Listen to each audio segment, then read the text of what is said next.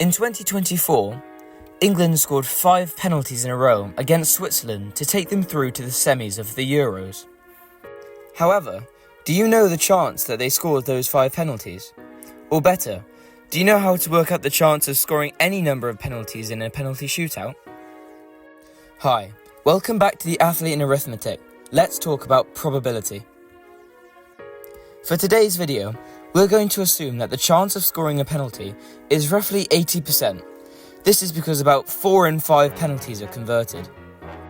In that penalty shootout, England managed to score 5 times, so let's start with working out the probability of scoring 5 penalties in a row. The probability of them scoring 5 times in a row is 80% or 0.8 to the power of 5. This is because it's also equal to the probability of them scoring 1 penalty 5 times. This is roughly equal to 32.8%. From this, we get that to work out the chance of something happening a certain amount of times in a row, you times the probability of it happening once, and you put it to the power of the number of times you do it. Which says that either England got very lucky that match, or our penalty takers did a really good job. However, the difficulty of this question later becomes when 1 is missed. This is because the order then matters, as that 1 could be missed at the first, the second, the third, or any time. To solve this, we now have to factor in the amount of situations that could happen.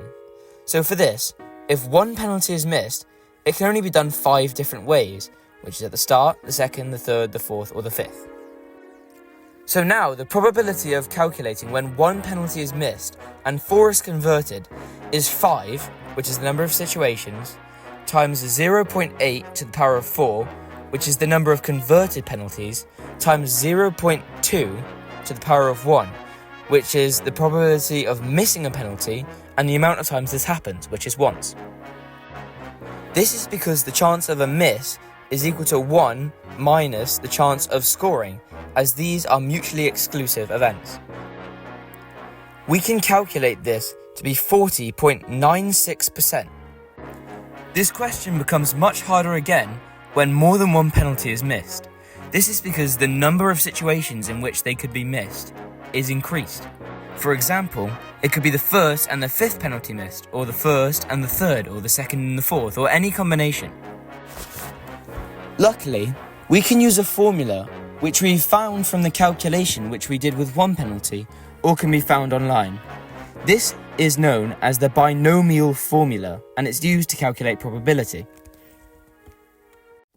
It states that the probability of a certain number of penalties being scored and missed is equal to nx, where n is equal to the number of penalties taken, and x is equal to the number converted, multiplied by a p to the power of x, where p is equal to the chance of something being successfully converted, then multiplied by q to the power of n minus x, where q is equal to the chance of something being missed.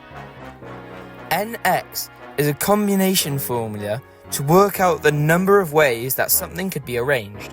For example, 5-1 is the number of ways 1 missed penalty could be arranged within 5 penalties, which we said is 5.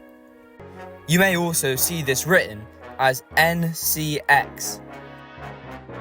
Q may also be written as 1 minus P, as these are both mutually exclusive events.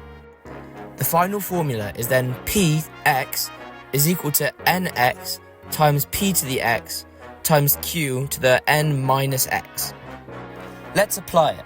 If we have 3 missed pens out of 5, the probability is equal to 5/3 times 0.8 to the power of 3 times 0.2 squared, which is equal to 20.48%. The total sum of probabilities for all number of missed pens is equal to 1, as 100% of the time, 1 outcome will happen, whether it's 1 missed pens, 2 missed pens, or 5. Thank you for listening today. If you want me to cover another topic, then please let me know with a comment. Thanks and goodbye.